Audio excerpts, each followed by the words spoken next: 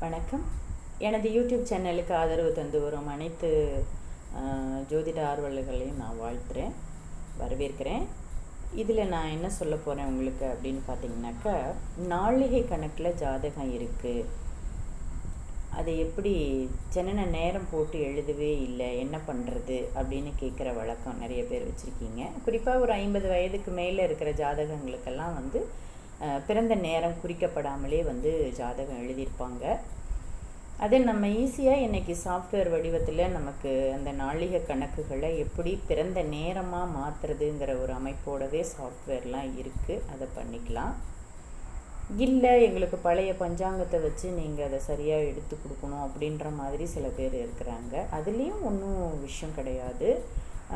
ஜனன அன்னைக்கு சூரிய உதயம் எத்தனை மணிக்கு அப்படிங்கிறத முதல்ல எடுத்துகிட்டு, அதுக்கப்புறம் குழந்தை பிறந்த நேரம் என்னங்கிறத நம்ம எடுத்துக்கிட்டு, இந்த சூரிய உதயத்துக்கும் குழந்தை பிறந்த நேரத்துக்கும் இடையில் உள்ள நேரத்தை எவ்வளோ நேரம், எவ்வளோ மணி நேரம், எவ்வளோ நிமிஷங்கிறத நம்ம கணக்கு போட்டுக்கணும். அதுக்கு பேர் உதயாதி மணி அப்படின்னு சொல்லுவோம்.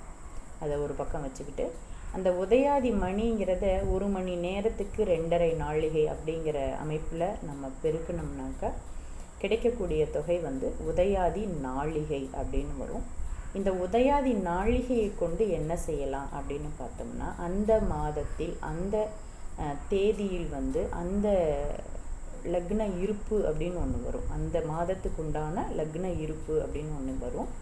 அந்த மாத இருப்பில் முதல்ல அப்படியே நம்ம அந்த உதயாதி நாளிகை கொஞ்சம் கொஞ்சமாக கழிச்சிட்டு வரணும். அடுத்தடுத்த லக்னங்களுக்கு கழிச்சிட்டு வரும் பொழுது அந்த ஒவ்வொரு லக்னத்துக்கும் ஒரு குறிப்பிட்ட கால அளவு சொல்லப்பட்டிருக்கும். அந்த கால அளவு அப்படியே கழிச்சிட்டு வரும் பொழுது கடைசியாக அடுத்த லக்னத்துக்கு போக முடியாத அளவுக்கு ஒரு நம்பர் கிடைக்கிற ஒரு லக்னம் இருக்கும். அந்த ஒரு லக்னத்துக்குள்ளேயே இந்த நாளிகை கணக்கு முடிகிற மாதிரி வரும். அதை தான் நம்ம லக்னம் அப்படின்னு முடிவு பண்ணிக்கணும். அந்த லக்னத்தில் தான் நம்ம பிறந்தோம் அப்படிங்கிறத முடிவு பண்ணி, அந்த லக்னத்தில் எத்தனையாவது நாளிகையில் நம்ம பிறந்திருக்கோம் அப்படிங்கிறத நம்ம குறித்து வச்சுக்கணும்.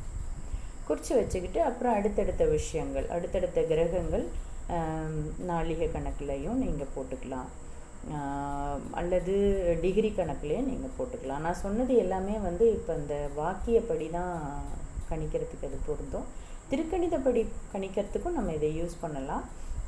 கம்ப்யூட்டர் இல்லாமல் பஞ்சாங்கம் வச்சு பண்ணுறவங்களுக்கு இது ஈஸியாக நல்ல முறையில் பயன்படும். அதனால் பிறந்த ஜாதகங்களில் நேரமே போட்டு எழுதலை அப்படின்ட்டு யாரும் வருத்தப்பட தேவையில்லை. இன்றைக்கெலாம் ஒரு சாதாரணமாக ஒரு கம்ப்யூட்டர் சென்டருக்கு போனாலே அந்த லக்னத்தை மையப்படுத்தி அதுக்குண்டான டைம் அட்ஜஸ்ட் பண்ணி போட்டு கொடுக்குறவங்களும் உண்டு. நாளிகை கணக்கில் அடித்தோம்னாலே நமக்கு அந்த பிறந்த நேரத்தை எடுக்கிற சாஃப்ட்வேரும் இருக்குது.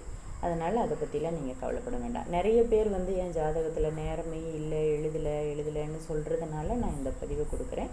ஜோதிடர்கள் அனைவருக்குமே இந்த கணித அமைப்பு தெரியும். பொதுமக்களுக்காக இதை கொடுத்துருக்கேன். நன்றி. உங்கள் ஜாதக ரீதியாக எந்த குழப்பங்கள் இருந்தாலும் நீங்கள் கேட்டு தெரிஞ்சுக்கலாம். வாழ்த்துக்கள்.